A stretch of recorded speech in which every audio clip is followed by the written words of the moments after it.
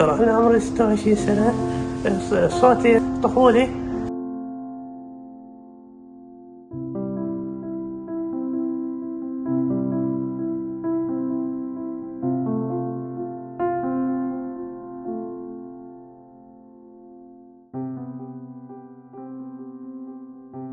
بسم الله الرحمن الرحيم. الحمد لله والشكر. الآن انتهيت من إجراء عملية لشاب 20 من أهالي الحلة يعاني من صوت أنثوي، وتم تغييره إلى صوت ذكوري في مستشفى الحجة. والحمد لله والشكر حاليا وجود الأجهزة الطبية والتخدير الممتاز والعناية الطبية من الكادر الطبي هو يساعدنا من إجراء هيج عمليات نوعية في المستشفى.